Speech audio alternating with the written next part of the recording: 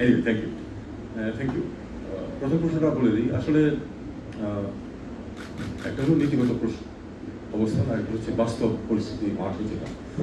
এখন আমাদের এখানে কি আসলে কোনো স্থান আছে যেখানে তাদেরকে আমরা জায়গা দিতে পারি? আসলে কোনো স্থান নেই। এটা আমি আন্তর্জাতিক সম্প্রদায় সবাইকে বলেছি এবং তারা মোটামুটি কিন্তু অ্যাকসেপ্ট করেছে জিনিসটা যে না, ঠিক আছে, আমরা যারা আছে তাদেরকে নিয়ে তারা অনেক কিছু তাদের জীবিকার কী হবে এটা সেটা অনেক কিছু যে একটা তো ওই আপনার এই যে হেল্পের একটা ফ্যাটিক এসে যায় একসঙ্গে, আমরা জানি সেটা। বিশেষ করে আরও যেহেতু অনেক কিছু ঘটতেছে পৃথিবীতে, শুধু আমাদেরটাই তো না, আরও অনেক কিছু ঘটতেছে রোগী ছাড়াও, কাজে একটা সমস্যার সৃষ্টি হয়ে যাচ্ছে পরিমাণ, সাহায্যের পরিমাণ নিয়ে। আমরা এগুলি নিয়ে তাদের সাথে কথাবার্তা বলেছি, কিন্তু কেউই আমাদের উপর চাপ দেয়নি যে আরও যত আসে তাদেরকে আসতে দেন, অথবা যে এরা এখানেই থেকে যাবে বা অন্য কোনো দেশে নেওয়া যাবে। অন্য কোনো দেশে নেওয়া যাবে এটা তারা